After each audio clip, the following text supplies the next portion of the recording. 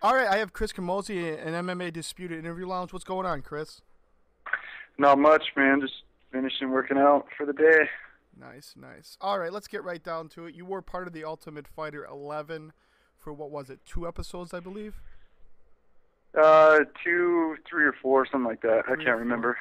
And you had a broken jaw, I believe, between. Yeah, I Go ahead. fractured my jaw. Fractured your jaw. Now, how did that happen? Was that one of the? Was it the preliminary fight, or did that happen in between with training? How did that exactly go down? No, I fractured it in my fight with Victor O'Donnell. Actually, I think it was in the first round.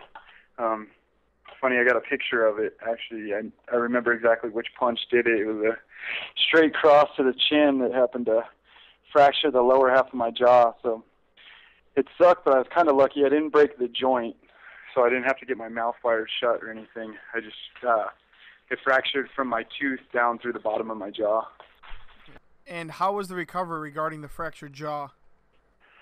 The recovery was, like I said, it could have been worse. I could have gotten wired shut, but they basically told me not to chew anything for about 5 weeks, so I was on like the liquid diet. In the house before I knew it was broken, it was a little bit tougher. Trying to keep it a little bit hidden and not being able to eat anything kind of helped my weight stay down. But all in all, I would never want to do it again. It was pretty painful. I would say so. And Dana White I think Dana White said you just had a mouth ache or toothache. Was that accurate by Dana White, what he was saying? That he actually found out it was a fractured jaw? Yeah, I just thought one of my teeth was broken.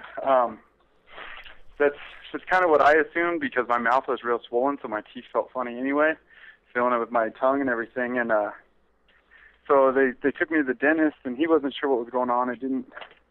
They didn't do the X-ray of the part of my jaw that was broken. They just looked at my teeth.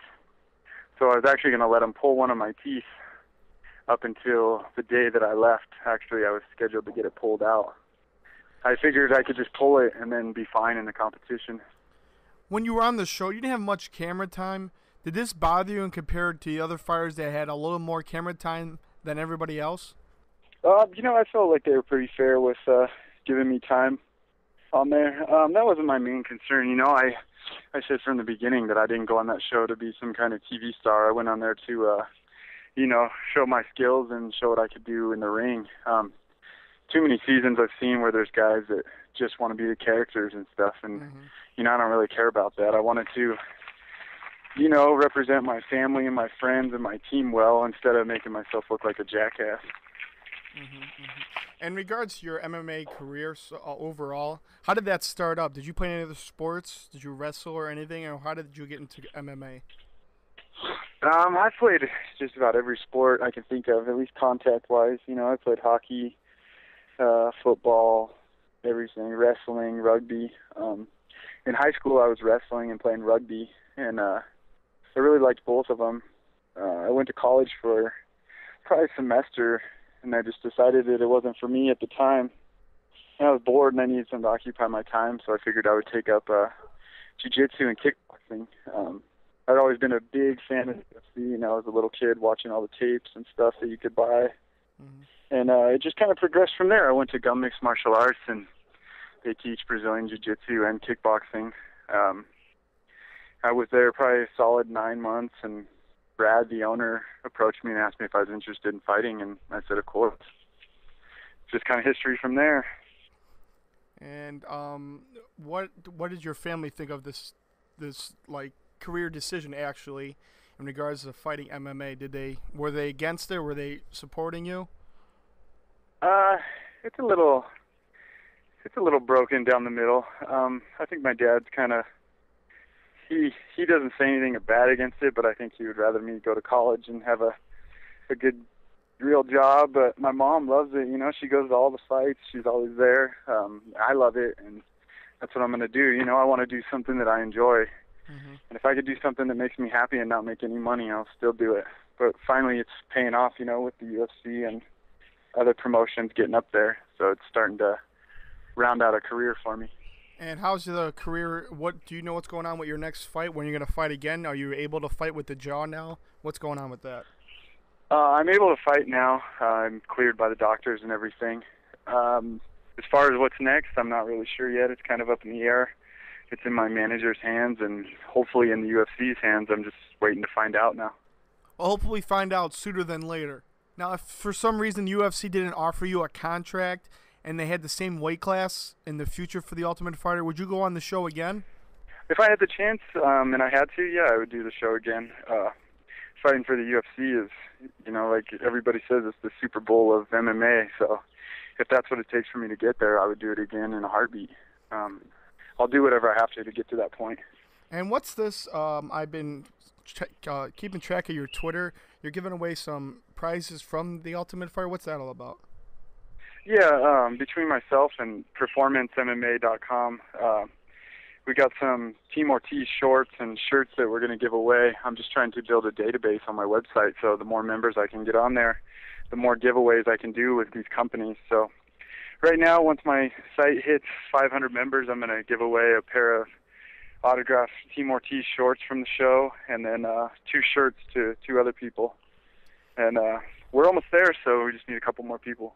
Gotcha. And in regards to The Ultimate Fighter, one last thing. How does the coaching, how did they help you with the, I know you were on the show for long, but how did they help you regards to your injury and before that with your training? The coaches on the show were great. I was fortunate enough to be on Tito Ortiz's team, and I knew he was a great coach from watching season 3. Even though I wasn't there very long, man, I can't even explain how much I learned just in that short amount of time. We went over things that I hadn't seen before, a lot of wrestling, which I really need work on, a lot of defense stuff that I took from the show, and now I work on it at home, and it works great. I'm not getting taken down nearly as much by anybody, and so I definitely took a lot away from there. Gotcha. All right, Chris, how can we stay in contact with you? Are you on Twitter? I know you're on Twitter, but what's your website so we can stay in contact with you and hopefully see you in the UFC one day? Yeah, you can follow me on Twitter at Chris Camozzi, and then join up on my website. It's CamozziMMA.com, and you can keep track of everything from there. I post training videos, blogs, pictures weekly, so nice. I keep it up to date, and I'll answer anybody's questions. So anybody that has any personal questions, they can ask, and it'll be me that answers them. I don't have anybody that runs it for me. I know some celebrities out there have people that run their Twitters. How do you think that compares to you, where you answer everybody firsthand? Yeah, definitely. I like to do it firsthand.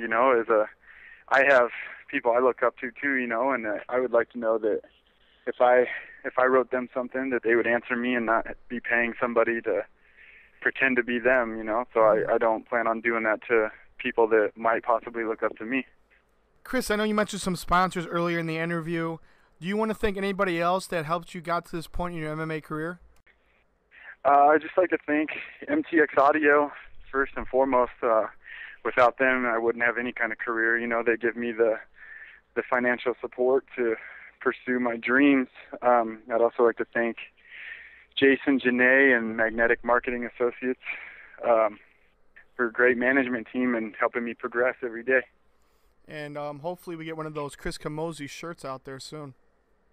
Yeah, I'm hoping, man. We just got to keep on them. All right, Chris, I appreciate your time, and I hope to talk to you again soon.